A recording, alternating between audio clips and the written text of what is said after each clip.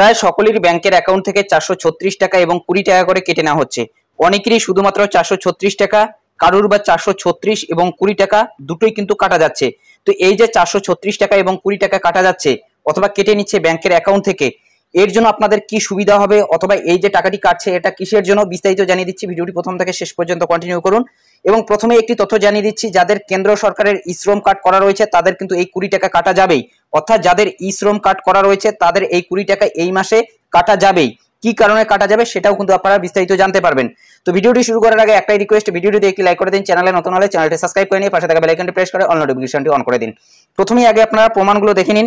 On screen দেখতে পাচ্ছেন ব্যাংকের একটি মিনি স্টেটমেন্ট ইওনো এসবিআই থেকে নিয়েছি, অর্থাৎ স্টেট ব্যাংকের অ্যাকাউন্ট। এটি 9/5/2025 তারিখে এই টাকাটি কেটে গিয়েছে, 20 টাকা কেটে নেওয়া হয়েছে। দেখুন এখানে বলা হচ্ছে ট্রান্সফার টু পিএমএসবিআই, অর্থাৎ এখানে কিন্তু বলা হচ্ছে পিএমএসবিআই রিনিউয়াল, অর্থাৎ পিএমএসবিআই রিনিউয়ালের জন্য এই টাকাটি কাটা হয়েছে। অর্থাৎ এই 20 টাকাটি পিএমএসবিআই রিনিউয়ালের জন্য কাটা হয়েছে। তো এই যে পিএমএসবিআই এটা কি, তাছাড়াও আরও একটি কিন্তু আপনাদের আমি এসএমএস দেখাচ্ছি।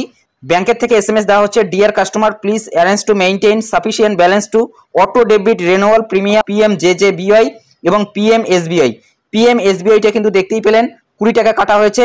এরপর আগেই কিন্তু দেখতে পাচ্ছেন পিএমজেজেবিআই অর্থাৎ প্রধানমন্ত্রী জীবন জ্যোতি বীমা যোজনা ইন্স্যুরেন্স পলিসি ফ্রম 18 মে থেকে 29 মে এসবিআই থেকে এই এসএমএসটি পাঠানো হয়েছে। অর্থাৎ 18 মে থেকে 29 মে এর মধ্যে টাকাটা কাটা হবে, সেটাই কিন্তু এখানে বলা হয়েছে।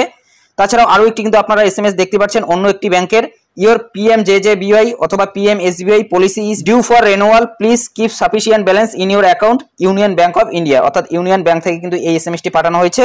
আপনার পিএমজেজেবিআই পিএমএসবিআই এই যে পলিসিগুলো রয়েছে এই পলিসিগুলো রিনিউয়াল হবে, এর জন্য কিন্তু আপনাকে ব্যাংকের অ্যাকাউন্টে যথেষ্ট টাকা রাখতে বলা হচ্ছে। অর্থাৎ যদি আপনার পিএমজেজেবিআই করা থাকে সেক্ষেত্রে 436 টাকা কিন্তু রাখতে হবে, যদি আপনার পিএমএসবিআই করা থাকে সেক্ষেত্রে কিন্তু আপনার 20 টাকা রাখতে হবে। এখন কথা হলো এই যে পিএমজেজেবিআই এবং পিএমএসবিআই এগুলো কি। ভারত সরকারের ডিপার্টমেন্ট অফ ফাইন্যান্সিয়াল সার্ভিসের অফিসিয়াল ওয়েবসাইট থেকে আমরা দেখে নিচ্ছি পিএমএসবিআই অর্থাৎ প্রধানমন্ত্রী সুরক্ষা বীমা যোজনা, প্রধানমন্ত্রী নিরাপত্তা বীমা যোজনা। এই প্রকল্পটি কি? এই প্রকল্পটি হলো 1 বছরের ব্যক্তিগত দুর্ঘটনা বীমা প্রকল্প, যা বছরের পর বছর নবায়নযোগ্য। দুর্ঘটনার কারণে মৃত্যু বা অক্ষমতার বিরুদ্ধে সুরক্ষা প্রদান করে। অর্থাৎ এটি কিন্তু লাইফ ইন্স্যুরেন্স বীমা একটি, অর্থাৎ লাইফ ইন্স্যুরেন্স পলিসি। এই প্রকল্পের আওতায় কি কি সুবিধা পাওয়া যাবে? মৃত্যু হলে 2 লক্ষ টাকা পরিবার পাবে, উভয় চোখের সম্পূর্ণ এবং অপূরণীয় ক্ষতি অথবা উভয় হাত বা পায়ের ব্যবহারের ক্ষমতা হারালে অথবা একটি চোখের দৃষ্টিশক্তি হারালে এবং হাত বা পায়ের ব্যবহারের ক্ষমতা হারালে 2 লক্ষ টাকা দেওয়া হবে। এক চোখের সম্পূর্ণ এবং অপূরণীয় দৃষ্টিশক্তি হারালে অথবা এক হাত বা পায়ের ব্যবহারের ক্ষমতা হারালে 1 লক্ষ টাকা দেওয়া হবে। প্রতি সদস্যের জন্য বার্ষিক প্রিমিয়াম 20 টাকা। এর আগে কিন্তু আপনাদের আমি দেখিয়ে দিলাম পিএমএসবিআই থেকে 20 টাকা কাটা হয়েছে, অর্থাৎ 20 টাকা করে কিন্তু আপনাকে প্রতি বছর এটার জন্য দিতে হবে এবং 1 বছরের মধ্যে এই সুবিধাটি কিন্তু আপনি পাবেন এবং 1 বছর পর কিন্তু এই সুবিধাটি আপনি পাবেন না। যদি 1 বছর পর সেই সুবিধাটি পেতে চান সেক্ষেত্রে কিন্তু আবারও আপনাকে এই 20 টাকা দিতে হবে অথবা আপনার ব্যাংকের অ্যাকাউন্ট থেকে কিন্তু এই 20 টাকা কাটা যাবে এবং ব্যাংকের মাধ্যমেই কিন্তু এই ইন্স্যুরেন্সগুলো করা হয়। দুর্ঘটনা বলতে কি বোঝাতে চাইছে? দুর্ঘটনা বলতে বোঝায় বাহ্যিক, হিংসাত্মক এবং দৃশ্যমান উপায়ে সৃষ্ট আকস্মিক অথবা অপ্রত্যাশিত এবং অনিচ্ছাকৃত ঘটনা। প্রিমিয়াম কিভাবে পরিশোধ করা হবে? অটো ডেবিটের মাধ্যমে প্রিমিয়ামটি পরিশোধ হবে। কে এই স্কিমটি অফার অথবা প্রশাসন করবে? এই স্কিমটি public sector general insurance company এবং অন্যান্য সাধারণ বীমা কোম্পানিগুলির মাধ্যমে প্রদান পরিচালনা করা হয়, যারা অংশগ্রহণকারী ব্যাংকগুলির সাথে সহযোগিতায় একই শর্তে প্রয়োজনীয় অনুমোদনের সাথে পণ্যটি অফার করতে ইচ্ছুক। অর্থাৎ ব্যাংকের মাধ্যমে কিন্তু এটা করা হয়। এবং এখানে কিন্তু বয়সের কথা বলা হয়েছে, 18 থেকে 70 বছর বয়সী যে কেউ কিন্তু এখানে নাম নথিভুক্ত করাতে পারে। এই কভারেজটি 1 জুন থেকে 31 মে পর্যন্ত 1 বছরের জন্য প্রযোজ্য। অর্থাৎ আপনার যে 20 টাকাটা কাটা হলো সেটার কিন্তু আপনি সুবিধা 1 জুন থেকে পরবর্তী বছরের 31 মে পর্যন্ত পাবেন। অর্থাৎ 1 বছরের জন্য কিন্তু এই 20 টাকাটা, পরবর্তীতে যদি আবারও আপনার 20 টাকা কাটা হয় তাহলে পরের বছর থেকে কিন্তু আপনি আবারও সেই সুবিধাটা পাবেন। অর্থাৎ প্রতি বছরের জন্য কিন্তু এটা আপনাকে দিতে হবে এবং অটো ডেবিট কিন্তু হবে, অর্থাৎ রিনিউয়াল কিন্তু প্রতি বছর হবে। এখন দেখে নিচ্ছি পিএমজেজেবিআই অর্থাৎ প্রধানমন্ত্রী জীবন জ্যোতি বীমা যোজনা। এই স্কিমটি 1 বছরের কভার মেয়াদী জীবন বীমা স্কিম, যা বছরের পর বছর নবায়নযোগ্য, যে কোনো কারণে মৃত্যুর জন্য জীবন বীমা কভার প্রদান করে। অর্থাৎ এটাও কিন্তু একটি লাইফ ইন্স্যুরেন্স পলিসি।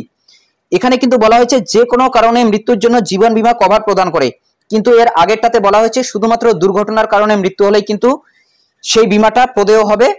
এবং দেখুন এখানে সুবিধায় বলা হয়েছে যে কোনো কারণে গ্রাহকের মৃত্যু হলে 2 লক্ষ টাকা প্রদেয়।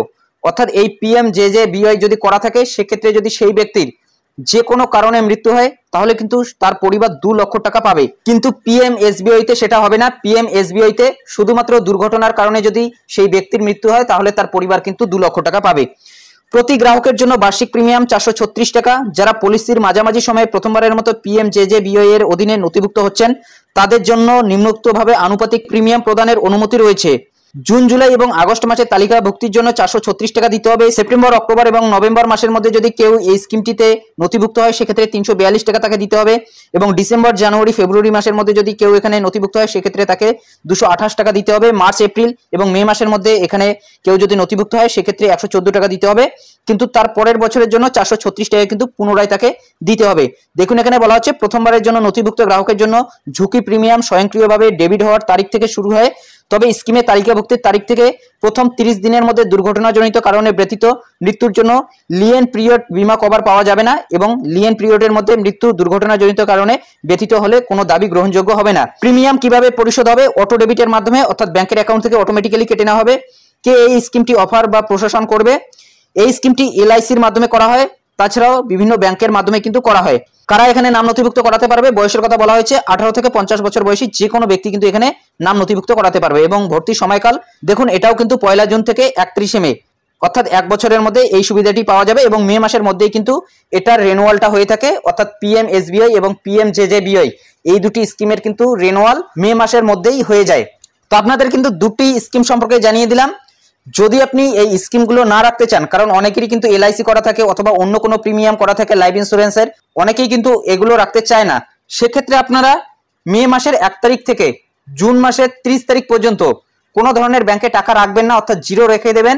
সেক্ষেত্রে কিন্তু আপনার ব্যাংকের অ্যাকাউন্ট থেকে কোনো টাকা কাটতে পারবে না এবং আপনার রিনিউয়াল কিন্তু হবে না সেই স্কিমটি। পরবর্তী বছরের জন্য সেটা কিন্তু বন্ধ হয়ে যাবে, আর কিন্তু সেটা হবে না। তো এটা কিন্তু একটা পদ্ধতি থাকলো এবং আরেকটা পদ্ধতি রয়েছে, ব্যাংকে গিয়ে এই স্কিমগুলো বন্ধের জন্য একটি অ্যাপ্লিকেশন দেবেন, তাহলে কিছুদিনের মধ্যে কিন্তু এই স্কিমটি বন্ধ হয়ে যাবে। তো এইগুলো কিন্তু দুটি পদ্ধতি। এখন কথা হলো এই যে বীমাগুলো রয়েছে এই বীমাগুলোর আপনারা সুবিধা কোথা থেকে পাবেন?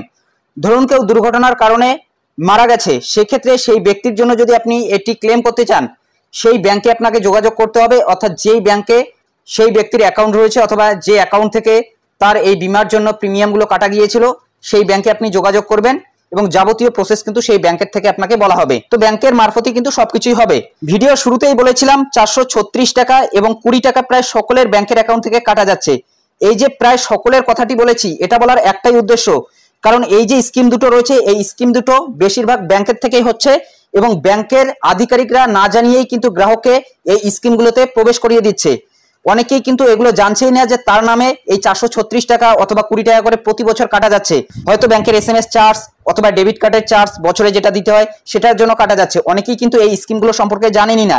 আধিকারিক যারা রয়েছেন ব্যাংকের, আপনাদের বলবো গ্রাহককে অবশ্যই জানিয়ে এই স্কিমগুলোতে প্রবেশ করান, কারণ গ্রাহককে জানানো এটা কিন্তু আপনার নৈতিক কর্তব্য। যদি আপনি গ্রাহককে না জানিয়ে এই স্কিমগুলোতে প্রবেশ করান সেক্ষেত্রে আপনি কিন্তু একটি অপরাধ করছেন। সেই গ্রাহক যদি চায় সেক্ষেত্রে আপনার এগেইনস্টে কিন্তু আইনানুগ ব্যবস্থা নিতে পারে। গ্রাহককে আপনি জানিয়ে এই স্কিমগুলোতে প্রবেশ করাবেন। যদি গ্রাহক সম্মতি দেয় সেক্ষেত্রেই কিন্তু একমাত্র আপনি এই স্কিমগুলোতে প্রবেশ করাবেন, অন্যথায় এই স্কিমগুলোতে না প্রবেশ করাই কিন্তু বেটার। কারণ সেই ব্যক্তির কিন্তু অনেক ধরনের ইন্স্যুরেন্স থাকতে পারে, সেই গ্রাহক কিন্তু এই ইন্স্যুরেন্সটি নাও করতে চাইতে পারে, সেক্ষেত্রে সেই গ্রাহকের কিন্তু সেটা নিজের উপর ডিপেন্ড করছে। তো অবশ্যই আপনাদের আমি বলবো যাদের এই 436 টাকা এবং 20 টাকা কাটা যাচ্ছে, যদি আপনি সেটা বন্ধ করতে চান অবশ্যই ব্যাংকের সাথে যোগাযোগ করুন এবং এই যে দুটি স্কিমের জন্য টাকা কাটা যাচ্ছে এটার জন্য কি কি সুবিধা পাবেন সেটা কিন্তু আপনাদের আমি ডিটেলসে জানিয়ে দিলাম। এবং ভিডিও শুরুর সময় আরো একটি কথা বলেছিলাম, ই-শ্রম কার্ড যাদের করা রয়েছে তাদের তো 20 টাকা কাটা যাবেই। তো এই 20 টাকা যে তাদের কাটা যাবে সে বিষয়েও কিন্তু একটি তথ্য রয়েছে। এই যে পিএমএসবিওয়াই, এই প্রধানমন্ত্রী সুরক্ষা বীমা যোজনা, এই পিএমএসবিওয়াই কিন্তু ই-শ্রম কার্ডের সাথে যুক্ত রয়েছে।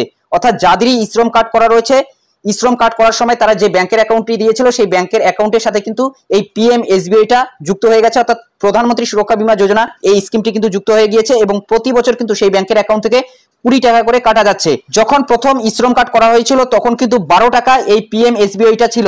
এরপর এটা কিন্তু 2 থেকে 3 বছর আগে বাড়ানো হয়েছে, অর্থাৎ 12 টাকা থেকে কিন্তু 20 টাকা হয়েছে। অর্থাৎ পিএমএসবিওয়াই এর প্রিমিয়ামটা কিন্তু 12 টাকা থেকে 20 টাকা করা হয়েছে এবং ই-শ্রম কার্ডের সাথে কিন্তু পিএমএসবিওয়াই যুক্ত রয়েছে।